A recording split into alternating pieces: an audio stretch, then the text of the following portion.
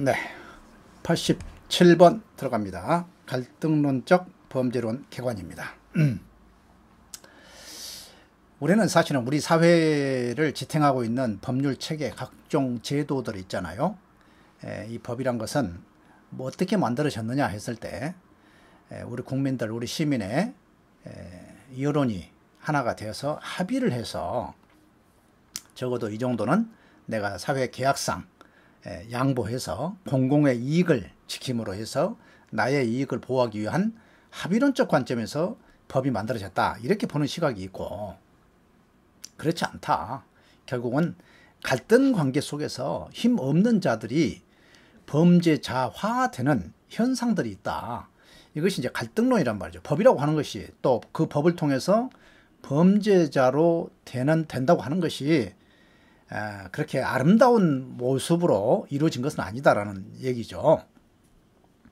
그래서 이제 보수적인 갈등론도 있지만, 문화가 이제 우리 문화와 문화 간의 갈등도 있지만, 지배와 피지배라고 하는, 특별히 이제 자본주의 사회의 생산력의 집중으로 인한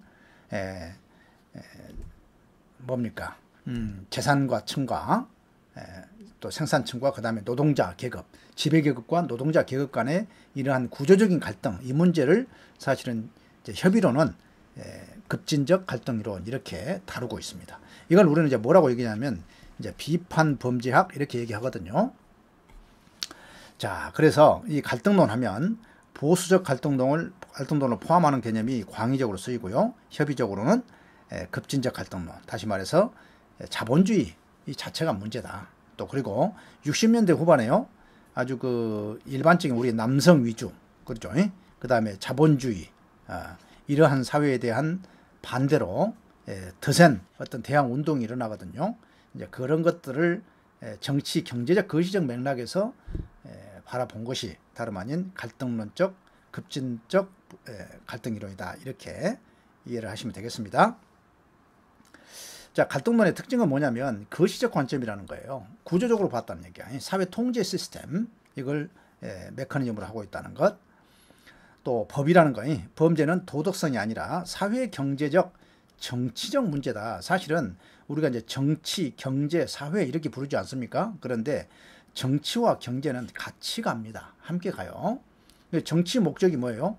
정치가 자유민주주의를 지향한다 하면은 경제도 자유경쟁을 지향한단 말이에요.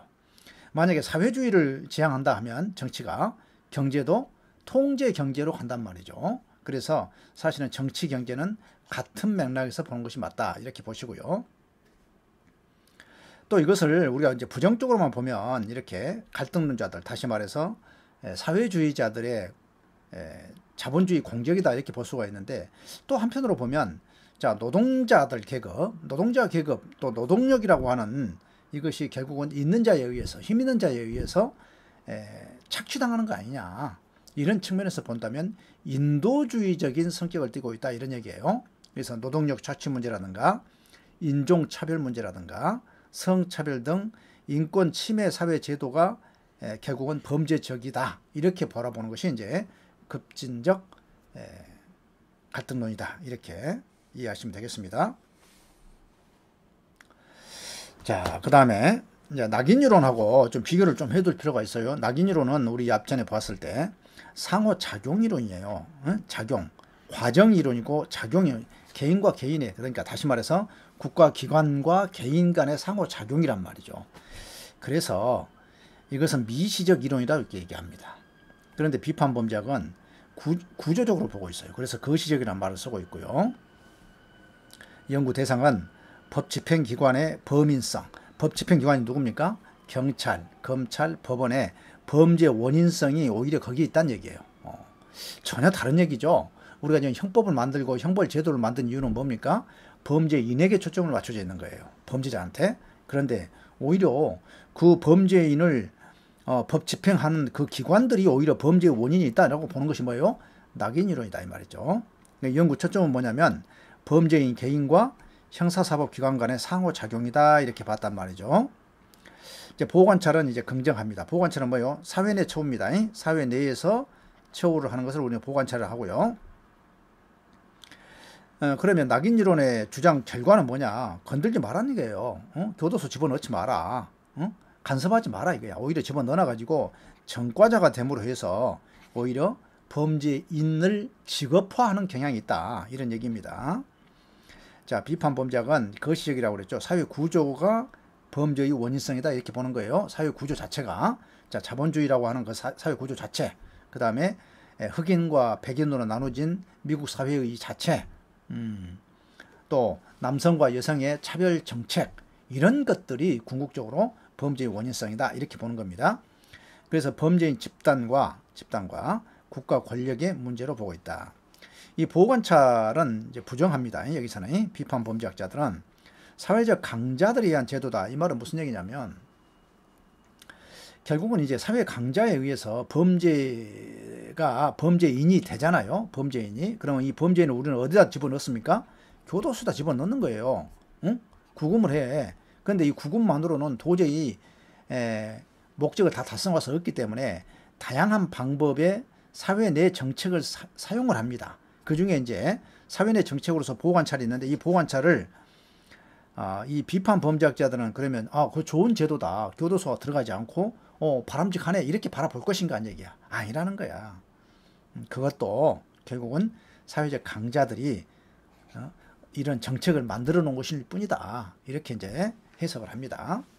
결과적으로 대책은 뭐냐? 자본주의 타파해야 한다는 거예요. 그리고 사회주의로 전환되어야 한다.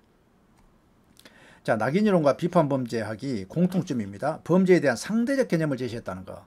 자, 범죄는 법에 나와 있는 거 이것이 범죄야라고 딱 잘라진 것이 아니라 그것이 아니라 뭐예요?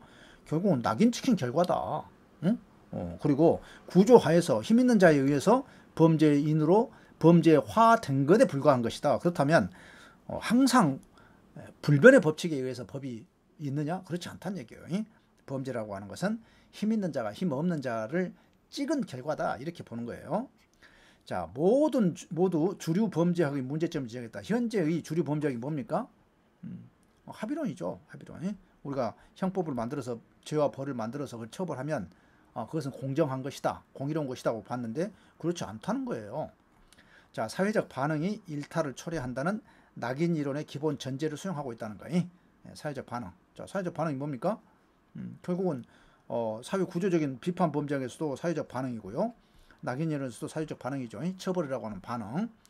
비판 범죄학도 마찬가지죠. 그래서 결국은 그 자체가 일탈을 초래한다. 이런 얘기입니다. 자, 비판 범죄학이 일탈 낙인 이론의 영향을 받았지만 낙인 이론의 가치 중립성과 추상성을 비판하고 있다. 자, 가치 중립성이라는 얘기는 뭐예요? 가치관이 있느냐는 얘기야. 응? 너네들이 그렇게 얘기하고 있는 내용들이 무슨 가치가 있는데 이런 얘기야. 응? 그래서 가치 중립성 우리는 딱 가운데 있어. 뭐 옳고 그름이 없어 라고 하는 그런 개념하고 또 추상성하고 이것을 반대 비판하고 있다는 얘기야. 그럼 비판 범죄학자는 어떻게 얘기하느냐? 아니다는 얘기야. 가치 중립적이 아니라 있는 자, 힘 있는 자가 문제다 이렇게 본 거예요.